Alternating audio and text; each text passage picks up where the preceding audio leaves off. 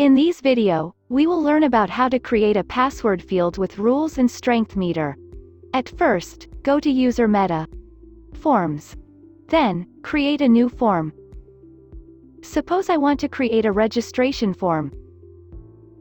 Then, taking some fields from Form Fields.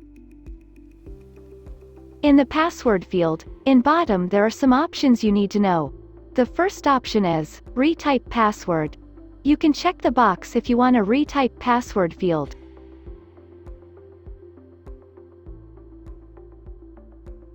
Then the second option is to evaluate the password strength.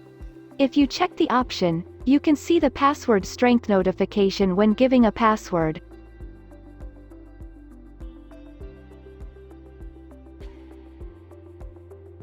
The next option is used for resetting password.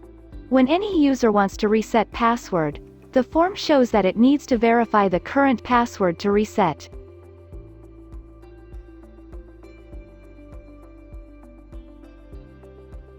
Click Save Changes for any options change. This way, you can make your password field much more strong and secured. Hope you will apply the options. Thank you for watching.